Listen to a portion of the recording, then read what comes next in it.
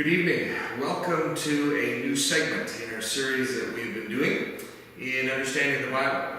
As you know, we have completed an entire series in Understanding the Old Testament, and we went through the Old Testament book by book, beginning at Genesis, going right through to Malachi.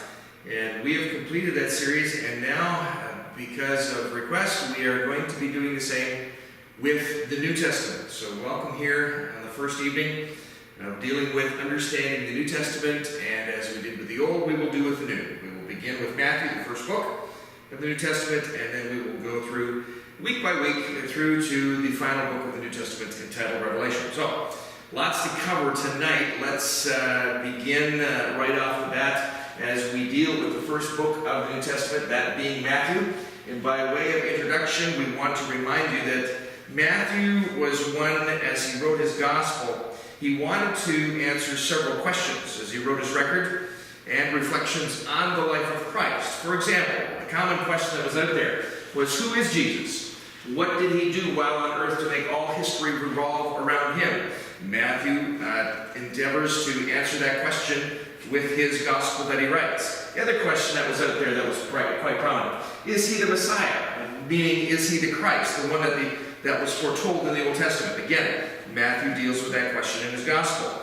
Is Jesus really the King of Kings and the Lord of Lords? Again, what Matthew does with his gospel is help us to understand the answer to those questions, and that then helps us when we recognize these prominent questions, that helps us to understand what Matthew is doing as he writes this gospel. So, as we think of Matthew's gospel, we think of it as the historical connecting link between the Old Testament and the New Testament. What is happening is, as the Old Testament prophesied about the coming of the Messiah, what Matthew now does for us is helps us to understand why Jesus Christ and his earthly life is the fulfillment of what the Old Testament prophets were talking about. So that's why we would call Matthew this. It's preeminently the gospel of fulfillment.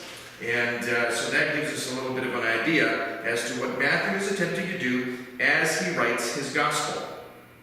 By way of outline then, what I've done is I've taken the 28 chapters of the Gospel of Matthew and split them up into 5 major sections. We begin with the first 10 chapters talking about the revelation of the King. Now, this term king is going to be key, and you'll see how it is as we go through our study in the Gospel of Matthew. But we're talking about the first 10 chapters. What Matthew is doing is revealing the King, Jesus, the Messiah, to us, the reader, and what it is that he does and what it is that he promises to do.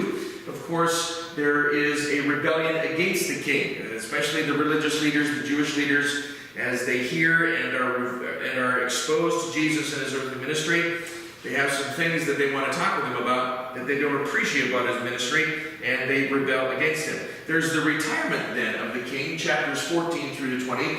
And what this does is that Matthew then helps us to understand that Jesus took a time period in his earthly ministry where he ministers primarily just to the disciples. He's already dealt with the masses. He's already dealt with the Jewish leaders. Now he's concentrating his ministry on the disciples themselves.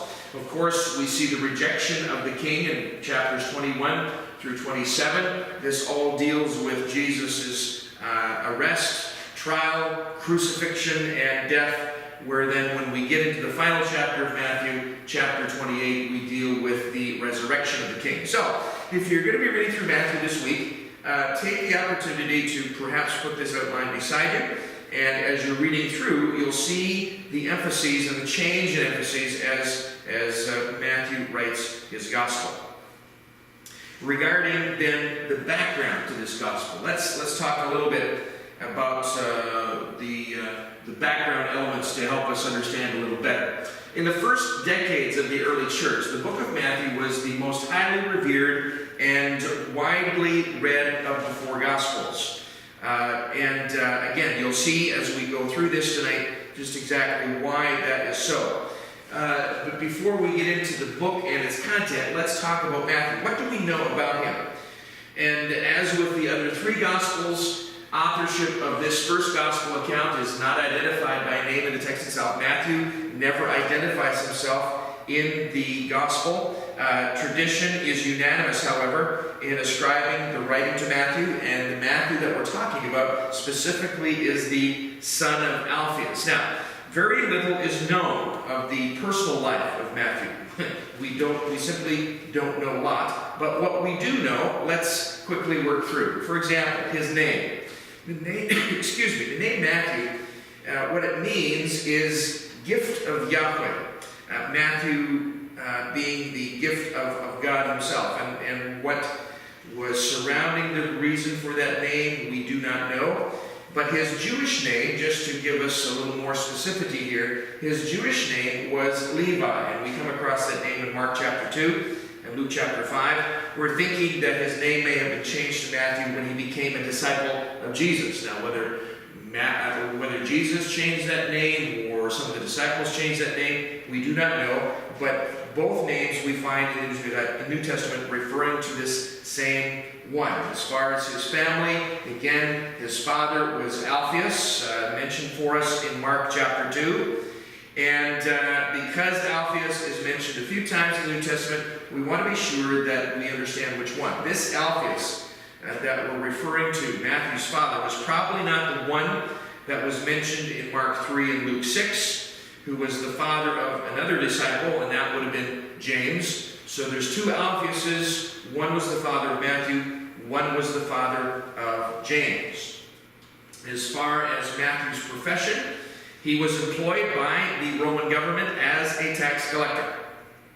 Now, if you know anything about the New Testament scriptures, you know that to be a tax collector meant that you were involved in a profession that was bitterly hated by the people, because what Matthew was doing was gaining personal profit. He was involved in political corruption. It was all part of being a tax collector, part of the job. And so, with this profession, we would make the assumption that Matthew was probably wealthy also. This, I think, can be illustrated through the big banquet that he hosts at his house, as recorded for us in Luke chapter 5. In order to host a banquet like that, you would have to be a wealthy person. And this is what helps us with the assumption that indeed Matthew was wealthy. But what changes and what is significant for Matthew is his call to discipleship. And when you take a look at Matthew and his gospel, Matthew's name is not connected with any incident in the New Testament other than his call. Once we get outside of the Gospels, we do not hear of or come across Matthew anymore. And this makes it interesting in itself. No doubt, though, somewhere, sometime, Matthew heard Jesus preaching on different occasions, probably, again, before the day of the original call that he received, and that's why Matthew leaves his tax collector booth and follows after Jesus when he says, "Come, follow me." This changed Matthew's life forever, and it is the mark that helps us understand why Matthew would write the book that he wrote. As far as Matthew's death, he probably died a natural death. Some would want us to believe that Matthew died as a martyr. We do not really have enough evidence to indicate that, and that's why we side toward the area that Matthew probably died a natural death. What about the title of this gospel? We understand that the title assigned to this gospel by the early church was the Gospel according to Matthew. And then we ask the question then, all right, what is the gospel? Well, the word, again, gospel, what it means is good news. And so we could talk about Matthew being this way. The good news according to Matthew. What's the good news that he's referring to? The good news that Jesus Christ came, Jesus Christ died, Jesus Christ rose again, and Matthew shares all of those details with us from his perspective. But as we go back to understand the original readers of Matthew's gospel, the ones that Matthew specifically wrote his gospel for, what this does is help us understand then the dynamics and the flavor behind what Matthew does when he writes his book. It is very clear from the content of this Bible book that it was written especially for the immediate audience of the Jews. And so here's Matthew's purpose. he's wanting to share with his Jewish audience, his Jewish readers, the factors of the earthly life of Jesus Christ, this Messiah whom the Old Testament prophets have prophesied of, and how he fulfills those Old Testament prophets. So, inasmuch as the first hearers of the spoken gospel were mainly Jews, it does not surprise us that one of the four Gospels was directed especially to the Jews and answered questions that were uppermost in the minds of the Jews, questions that they would have about Jesus. For example, again, was Jesus truly descended from David? Well, Matthew answers that question in the first chapter of his Gospel, because what he does is he traces the family line of Jesus all the way back to Abraham and includes David in that. What about this question? What was Jesus' attitude toward the Old Testament law? Jews were very concerned about the Old Testament law and what that would mean and how that was applied. What about this Jesus? Did he apply the Old Testament law? What was his views? Matthew writes about that and talks about it, especially in the recording of Jesus' Sermon on the Mount, where Jesus talks directly about the Old Testament law and talks about kingdom living in light of that. Did Jesus come to establish the kingdom in the Old Testament? Remember, the prophets talked about the establishment of a kingdom. Did Jesus do this? Would Jesus do this? As you read Matthew, you see how Matthew answers that question as well. So the curiosity about these questions is really why Matthew was so widely read in the first decades of the early church. Matthew's gospel was answering the burning questions of the Jews, and the Jews as they came into the church and were forming and establishing the church, as they were coming to Christ, giving their lives over to this Messiah who would come. Matthew answers the questions that are burning for them. With regard to the date of Matthew's writing, the place where he wrote his book, we place the writing of Matthew's Gospel around AD 58. We talk about that as a possible date. Of course, this was before the destruction of Jerusalem, AD 70 being the key year in our historical timeline. And you'll find as we go through the New Testament books, the destruction of Jerusalem and its date is a key marker for us in the timeline as we talk about when books were written and helping us to understand why and where they were written. And so Matthew's Gospel probably written shortly before Luke wrote his Gospel account. In fact, there is a strong reason to believe that Matthew was the first of the four Gospels to be written. And he may have written this Gospel from Jerusalem, or it's even possible that he wrote his Gospel from Antioch of Syria, where the church outside of Jerusalem would start and be established in the New Testament. But why does Matthew write his Gospel? What's the purpose behind it? What's the theme that he talks about? Well, again, the main purpose of Matthew in writing this account was to show Jesus as the king. He wanted to show Jesus as king of the promised kingdom. That's why when you read throughout the Gospel of Matthew, you'll see how Jesus continually talks about the kingdom. And he is the king of that kingdom. What Matthew did was he sought to connect the memories of his readers with their hopes, to show that the Lord of the Christian was the Messiah of the Jew, that really both entities, as they see Jesus, are talking and dealing and in relationship with the same person, who really is the king of the promised kingdom. The Old Testament promised a kingdom would come, promised that the Messiah would establish and set up that kingdom. Jesus comes and does this in the spiritual sense of establishing his kingdom, with Jesus being at the helm, Jesus being the king, Jesus being the leader of that kingdom. So that gives us some background information into the Gospel of Matthew itself. Let's now deal with some of the prominent subjects. As we've done with the Old Testament books, we're going to do the same with the New Testament. We're not going to drill down deep. This is more of a survey of each book, but we will talk about some of the prominent subjects of each book. And the first thing that we want to talk about specifically with Matthew is his Old Testament references that you find throughout his Gospel. Now there's a reason for this. Remember, Matthew is writing to Jews. That's his primary audience that he's writing to. And so it's very important to get back and to connect with some of the things that were talked about in the Old Testament. So, the phrase holy city or holy place, in reference to the city of Jerusalem, of course, is a phrase that is often repeated in Matthew's Gospel. Another phrase, son of David, very important to the Jewish reader, very important to the Jewish mindset. Matthew refers to, and Jesus refers to himself as well from time to time, as the son of David, a very important Old Testament reference.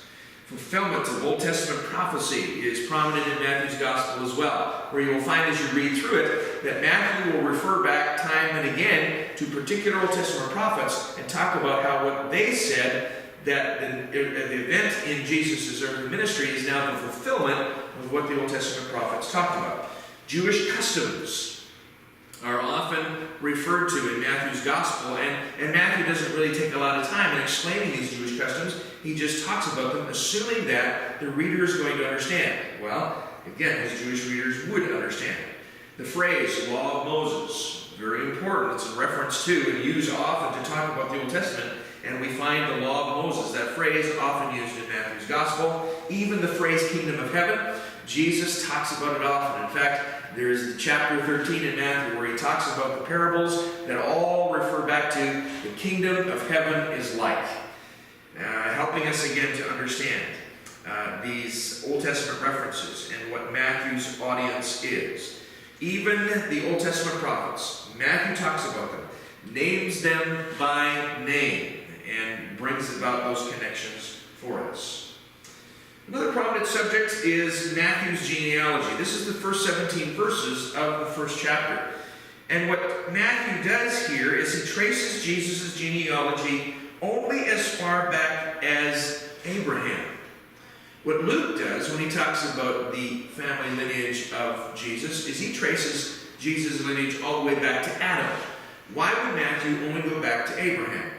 Well, quite simply, when we understand that Matthew is writing to Jews, Abraham being the patriarch, being the chosen person of God to create a nation like no other nation, to create the Hebrew nation, the Israelite nation, the Jewish nation. That's why Matthew only goes back as far as Abraham when he talks about Jesus' genealogy. Now there is another section in Matthew that we call the presentation. This goes from the very first verse of chapter 1 and takes in up to chapter 4, verse 11.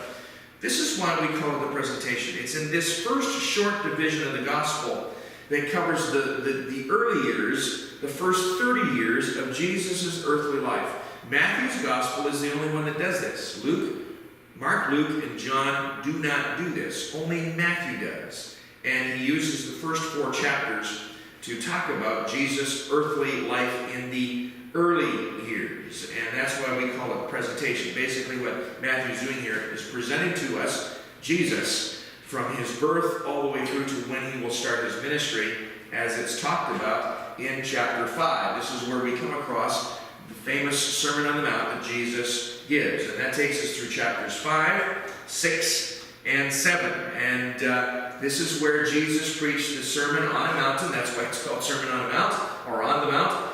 We think probably he spoke this sermon near Capernaum. And this message was mainly for the benefit of his disciples. Because early in his ministry, what Jesus was wanting to do was to make clear to his disciples, and of course to the multitudes that were around to hear what he had to say, he wanted his disciples to understand what kind of kingdom that he had come to establish. Remember, there was all kinds of ideas out there as to what kind of kingdom the Messiah would begin, that the Messiah would establish. And what Jesus is now going to make clear to his disciples is the type of kingdom that he had come indeed to establish. That's why, as I had already mentioned, we have what we call the parables of the kingdom, and that encompasses chapter 13. It's this group of parables. They're all spoken in one particular occasion. This discourse we call Matthew, or Jesus' third main discourse that Matthew gives in his writing. And of course, we know that Jesus' favorite method of teaching was by parables. There are nearly 40 parables that are recorded in the Gospels, and a lot of parabolic illustrations that Jesus gives in his earthly ministry as well. Again, we know that this was Jesus' favorite method of teaching. And what is a parable? Let's just remind ourselves, a biblical parable has been described as, quote, an earthly story with a heavenly meaning. So what Jesus did often was he took normal, everyday facets of life and he brought about a spiritual or a heavenly impact or a point to help us understand what kingdom life was to be like, or what it would represent, or how we would conduct ourselves in this new kingdom that he comes to establish. And all of the parables that we find in Matthew chapter 13 are the discourse that teach about the kingdom of heaven. And so the perspective that Jesus is giving here is not the ultimate millennial reign that Jesus will establish later on earth, where he will reign for 1,000 years. But the kingdom that he's talking about here is this present spiritual kingdom that he comes to establish. The kingdom that he comes to establish between his first coming, which we celebrate at Christmas time, and his second coming, which we are still waiting for. In other words, we are in the kingdom of Christ now, in the spiritual sense that the kingdom that he established, he came to redeem us from our sin, he came to bring salvation, and his kingdom has been established in that sense. But Jesus does not just talk about, in his ministry, just about the spiritual kingdom that he establishes on earth. There's also a section in Matthew where he talks about his second coming. You may have heard it in another name, where we call it the Olivet Discourse. This is chapters 24 and 25. It's this second coming, or this Olivet Discourse, where Jesus talks about his second coming. And what's interesting is, as he talks about this, as he delivers his Olivet Discourse, it's a speech or a message that he gives that was delivered on the Tuesday of the Passion Week, just a few days before his crucifixion, so that his disciples would begin, or try to begin, to understand the dynamics of what he is establishing through these next few days. It was here where Christ describes the end of this age. This is all prior to the establishment of his kingdom on earth, especially as the kingdom relates to Israel and Israel's program. Again, remember, Matthew is writing to the Jews, and so when he's talking about this, when he's talking about the Olivet Discourse, when he's talking about the prophecy of the second coming, he's talking about it from the Jewish perspective and how God is going to deal with Israel and his program for Israel as all of the things about his second coming take place. Of course, Matthew also shares in chapters 26 and 27 about his death and burial. We have here the death and burial of the king of this kingdom. And then, of course, the glorious final chapter in chapter 28, where we see the resurrection and the great commission of the king. It's here where the resurrection becomes the supreme authentication of the kingship of Jesus. When the Jewish leaders thought that they had got rid of this person who had all kinds of different things to say about his kingdom, when they thought that they got rid of the king of this kingdom, they only found out that what indeed happened was that he did not stay dead, but he rose from the dead on the third day to continue with this kingship of his kingdom. His resurrection was the supreme authentication of his kingdom. Only the King of Kings could truly say, all authority has been given to me in heaven and on earth. Why was that authority given to him? Because he conquered death. He rose again from the dead. This is what makes Christianity unique. Christianity is unique among the religions of the world because of its claim of a living Savior who has been resurrected from the grave. All of the other religions of our world do not claim a risen Savior. It is only Christianity that does this, and that's what makes Christianity unique. And so that gives us an idea then of the things that Matthew predominantly talks about in his gospel. But of course we come to this final question that we always do. And we will, as we did with the Old Testament, we will do it again with the New Testament, where we will talk about the so what question. All right, Matthew, written primarily for his Jewish audience, talks about the earthly ministry of Jesus Christ. That's great, that's wonderful. But what does that mean for me? Again, the question. So what? Well, let's first of all deal with this. The fulfillments of Old Testament prophecy, what they do is they teach important truths about God. And what Matthew does is continues that for us. We already know from our knowledge of the New Testament how some of the things that the Old Testament prophets talked about were fulfilled in the New Testament. But what Matthew really helps us with now is, as we see those Old Testament prophecies being fulfilled, they help us to understand even a little more clearly important truths about God. His plan for humanity, what it is that he wants to accomplish, what it is that he wants to do. And we see some interesting things here that help us to understand more, or help us to understand God better. We also see this in Matthew's Gospel as well. You know, the Lord is concerned how Christians conduct their lives. This is especially seen when Jesus talks about kingdom living in his Sermon on the Mount.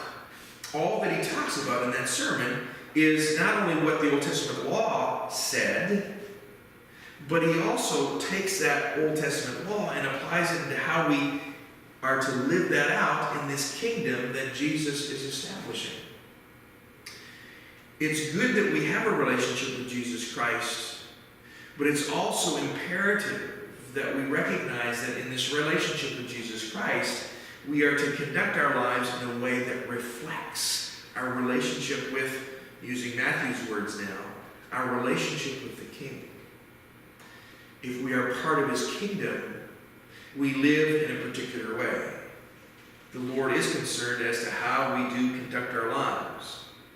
We also see in this book important truths, important applications concerning Christ's second coming. The primary concern, of course, the primary application of being ready for his return. We know Jesus is coming again, but we also know that Jesus never told his disciples when he talked about it in chapters 24 and 25. He never said when he would return. He just said of certainty that he would. The question is now, are we ready? That's the important truth about Christ's second coming. That's the important application with regard to Christ's second coming. We need to be ready for that coming, and the only way in which we are ready is by having a personal relationship with Jesus himself. It's here in this book where Jesus Christ is viewed as King. That's important for us. We often talk about Jesus being a friend, and that's good. There's nothing wrong with that, because Jesus referred to himself as a friend of his disciples. We are the disciples of Christ, therefore we are his friends as well. But sometimes what happens in our culture and in our day is we gravitate more toward Jesus being a friend, and we are less concerned about Jesus being the King. If Jesus is the King, then what that means is that he is the leader. If Jesus is the King, what that means is he is the one who has the authority. If Jesus is the King, what that means is that in my relationship to him, not only is he my friend, but he is also my King, and therefore I am under his authority as my King. I am his subject as he is my King. I think it's good for us, I think it's healthy for us to consider Christ again as King. When we consider him as King, what does that do for our relationship with him? As we consider him as King, what does that do in our conduct and how we practice our Christianity in this day and age? When we view Christ as King, what does that do for us as we continue in our walk with Christ? I think what that demands of us is that we live a different way. We live as the subjects of the King. And as subjects of the King, then, what it is that we do, what it is that we say, what it is that we think, is in direct relation to what the King would expect of his subjects. That's a challenge, isn't it? A challenge to consider how we would live with Christ being our King. Well, there we go. There's Matthew, the first of our New Testament books. And we're going to enjoy working through this book by book, and I trust that you will join us as you have opportunity, and we're looking forward to next time. But let's close with prayer as we close out the Gospel of Matthew for this evening. Father, thank you again for your word, how it teaches us and teaches us well. We thank you for the New Testament, and we thank you for Matthew's Gospel. As we would perhaps take time to read it this week, help us to see some things that perhaps we had not seen before, or be reminded of things that we need to be reminded of. We thank you that you are our King. Cause us as your people to respond as your subjects. We pray it in Jesus' name.